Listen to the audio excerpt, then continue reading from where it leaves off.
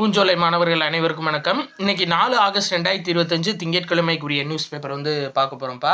So headline என்ன அப்படின்னு சொல்லி பார்த்தீங்கன்னா, முக்கிய மசோதாக்களை நிறைவேற்ற அரசு திட்டம் அப்படின்னு சொல்லி கொடுத்துருக்காங்க. இந்த மழைக்கால கூட்டத்தொடர் நடக்குதுலப்பா, இதில் பார்த்தீங்க அப்படின்னா நிறையா மசோதாக்கள் நிறைவேற்ற போகிறாங்க. அதில் முக்கியமானது என்ன அப்படின்னா, மணிப்பூருக்கு குடியரசுத் தலைவர் ஆட்சியை மேலும் 6 மாத காலம் நீடிக்கிறதுக்கான தீர்மானம் மாநிலங்களவையில் கொண்டு வர போகிறாங்க. அதாவது நம்ம ஸ்கூல் புக்லேயே பார்த்துருப்போம். அதாவது ஒரு 6 மாதத்துக்கு குடியரசுத் தலைவர் ஆட்சி போடுவாங்க. அதுக்கப்புறம் பார்த்தீங்க அப்படின்னா அடுத்த 6 மாதத்துக்கு நம்ம ஒப்புதல் வாங்கணும். அதான் விஷயம். அப்போ 1 வருஷம் ஆயிடுச்சா, சரி ரைட் ஓகே. இப்போ 1 வருஷம் அந்த 1 வருஷத்துக்குள்ளே எலெக்ஷன் நடந்து முடிஞ்சிருக்கணும். அப்படி இல்லை, ஒருவேளை தேர்தல் ஆணையம் ஒரு கடிதம் கொடுக்குறாங்க, இல்லை இந்த 1 வருஷத்துக்கு அப்புறமும் எலெக்ஷன் நடத்தக்கூடிய சூழ்நிலை அந்த மாநிலத்துக்கு இல்லை அப்படின்னு சொல்லி தேர்தல் ஆணையம் ஒரு ஒரு ஒரு இது ரிட்டன் ஃபார்மேட்டில் ஒன்று கொடுக்குறாங்க அப்படின்னா, அதிகபட்சம் குடியரசுத் தலைவர் ஆட்சி எத்தனை ஆண்டுகள் நீடிக்கலாம்னா 3 ஆண்டுகள் வரையும் நீடிக்கலாம். சரியாப்பா, குடியரசுத் தலைவர் ஆட்சின்றது அதிகபட்சம் 3 ஆண்டுகள் வரையும் நீட்டிக்கலாம். அதுக்கப்புறம் நீட்டிக்க முடியாது. இப்போ ஆக்சுவலாக ஒரு 6 மாதம் கம்ப்ளீட் ஆக போகுது. அடுத்த 6 மாத காலத்துக்கு இதை நீடிப்பதற்கான தீர்மானம் கொண்டு வர போகிறாங்க. இதுதான் கான்செப்ட். சரிங்களா, ரைட் ஓகே. அடுத்தது பார்க்கலாம். இது நம்ம டெஸ்ட்டில் வச்சுருந்தோம். இந்த கொஸ்டின் எத்தனை ஆண்டுகள் வரை நீட்டிக்கலாம்னு சொல்லிட்டு அப்படியே 11th புக்கில் தேர்தல் அப்படின்ற லெசனில் இப்போ நான் சொன்ன கான்செப்ட் இருக்குப்பா. வேறு இந்த பாருங்கள், அதாவது 6th to 10th ஸ்டூடெண்ட்ஸுக்கு, மாணவ மாணவிகளுக்கு உடற்கல்விக்கான பாடநூல் வெளியிட்டிருக்காங்கப்பா. இன்ன வரை உடற்கல்விக்கு அப்படின்னு சொல்லிட்டு பாடநூல் கிடையவே கிடையாது. நம்மளுக்கே தெரியும், 6th to 10th வரையும் நம்மளுக்கு உடற்கல்விக்குன்னு ஒரு பாட புத்தகம் கிடையவே கிடையாது. ஸோ ஃபஸ்ட்டு டைம் வெளியிட்டிருக்காங்க.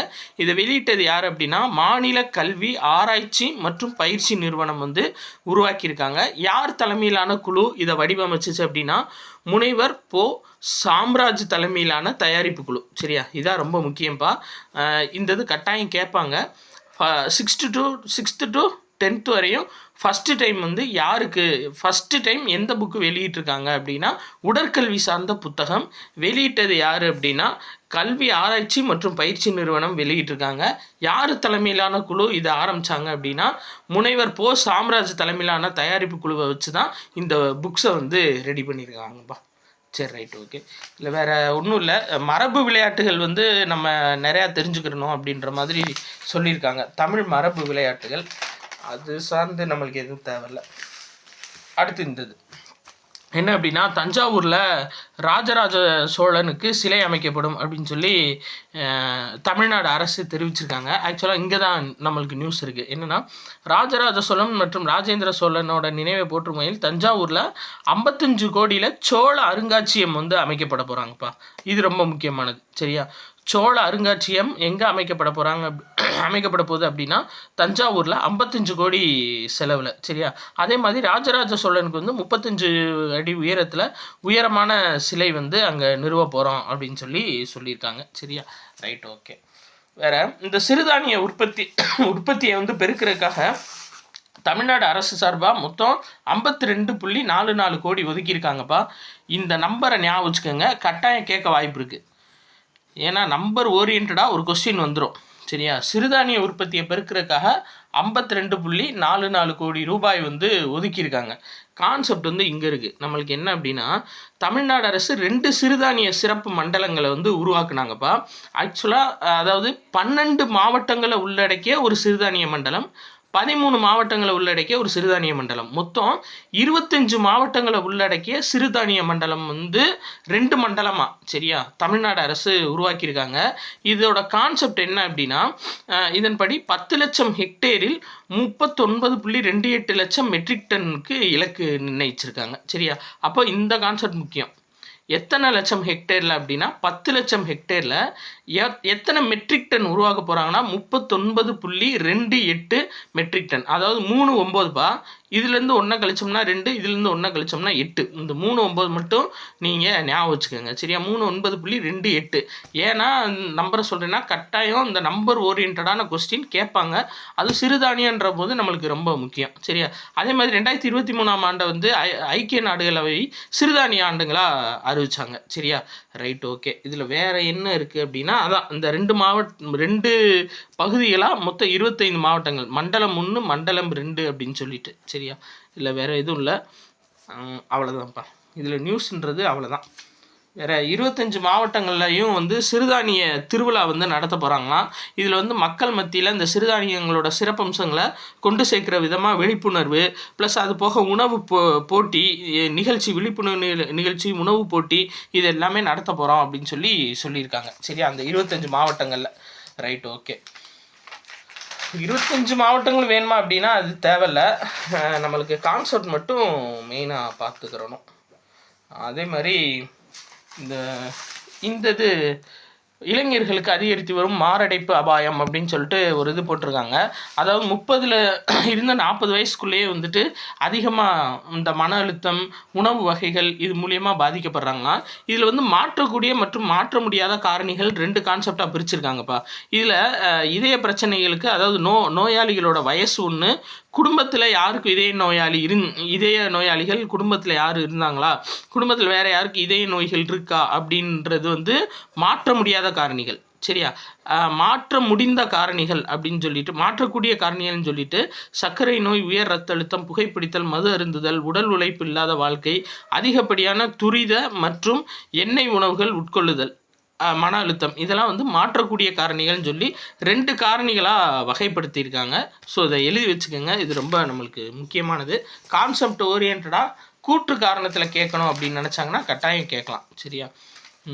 வேறு அவ்வளோதான், வேறு ஒன்றும் இல்லை. வேறு ஸ்போர்ட்ஸ் நியூஸு தான்ப்பா இருக்குது. ஆக்சுவலாக இந்தியா ஜெயிச்சிட்டாங்க, அது நம்ம நாளைக்கு நியூஸில் பார்ப்போம். சரியாப்பா? கிரிக்கெட்டை பொறுத்தவரை இந்தியா ஜெயிச்சிட்டாங்கப்பா, அது நம்ம நாளைக்கு நியூஸில் பார்ப்போம்.